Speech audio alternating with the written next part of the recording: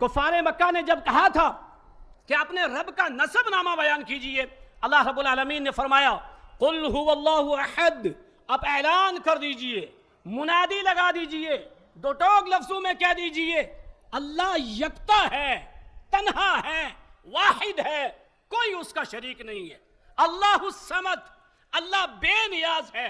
الصمد کی تعریف، الصمد کی تفسیر جو محدثین مفسرین نے کی ہے، اگر ہم ایک معنی اس کا جانیں، صمد اس چٹان کو کہا جاتا ہے کہ جس کی آڑ میں پناہ لے کر کے انسان بچتا ہے، وہ چٹان اس سے کچھ نہیں مانگتی ہے، وہ بے نیاز ہے، لیکن وہ بندہ اس کا ضرورت مند ہے۔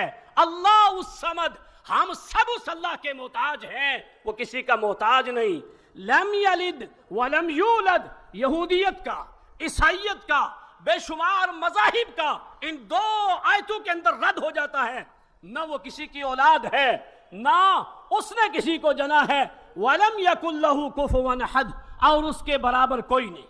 اللہ کا تصور مذاہبی عالم میں دنیا کے جتنے مذاہب ہیں وہ سارے مانتے ہیں کہ زمین و آسمان کا پیدا کرنے والا ہے کوئی نہ کوئی ہے، یہ سب مانتے ہیں، لیکن اختلاف اس میں ہے کہ ایک ہیں، دو ہیں، کتنے ہیں۔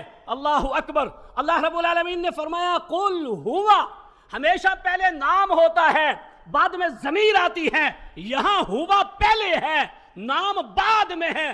قل ہو اللہ، آپ کہہ دیجئے وہ کون، وہ زمین کا خالق، آسمان کا خالق، ساری مخلوقات کا خالق، وہ یکتا ہے۔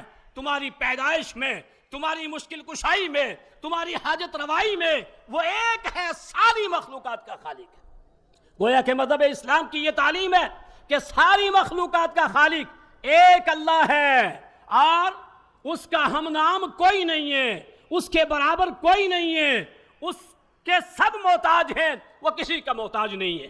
اسی طرح سے قرآن مجید کی مذہبی کتاب جو اسلام کی ہے وہ ہمیں یہ تعلیم دیتی ہے لو کان فیہما آلہۃ الا اللہ لفسدتا، کہ زمین و آسمان کے اگر دو الہ ہوتے، دو معبود ہوتے تو فساد برپا ہوتا۔ کیسے فساد برپا ہوتا؟ دوسری آیت میں اللہ رب العالمین نے فرمایا مَتَّخَذَ اللَّهُ مِن وَلَدٍ وَمَا كَانَ مَعَهُ مِنْ إِلَٰهٍ، اللہ کی نہ ہی تو کوئی اولاد ہے، نہ ہی کوئی اور الہ ہے۔ اگر ایسا ہوتا، کوئی اور الہ ہوتا، وَمَا كَانَ مَعَهُ مِنْ إِلَٰهٍ إِذًا لَذَهَبَ كُلُّ إِلَٰهٍ بِمَا خَلَقَ وَلَعَلَى بَعْضُهُمْ عَلَى بَعْضٍ۔ پھر کیا ہوتا؟ ہر الہ، ہر خالق، ہر معبود اپنی پیدائش کردہ مخلوق کو لے کر کے الگ ہو جاتا۔ ایسا کیوں نہیں ہوا؟ کیوں کوئی معبود، کیوں کوئی دیوی دیوتا اپنی مخلوقات کو لے کر الگ ہو؟ اس کو کوئی نہیں ہے، ساری مخلوقات کا خالق ایک اللہ ہے۔ اگر ایسا ہوتا تو سارے معبود اپنی اپنی مخلوق کو لے کر کے الگ ہو جاتے۔ اسی طرح سے فرمایا کہ وہ اللہ جو زمین و آسمان کا خالق ہے، وہ کھلاتا ہے، وہ روزی دیتا ہے، وہ روزی مانگتا نہیں ہے۔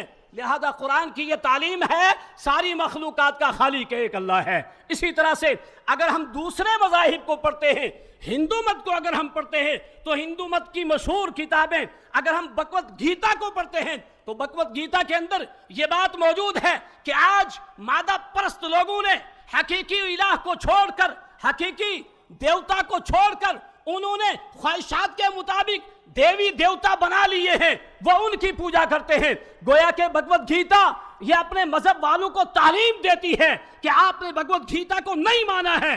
بھگوت گیتا کی تعلیم ہے کہ تمہارا خالق ایک ہے، اور وہ ایک کون ہے؟ وہ اللہ ہے۔ اسی طرح سے ان کی مذہبی کتابوں میں 4 مشہور وید ہیں، رگ وید، یجور وید، سام وید، اتھر وید۔ اگر آپ رگ وید کو پڑھیں گے تو رگ وید کے اندر یہ جملہ موجود ہے جو اللہ کے لیے استعمال ہوا ہے، برہما۔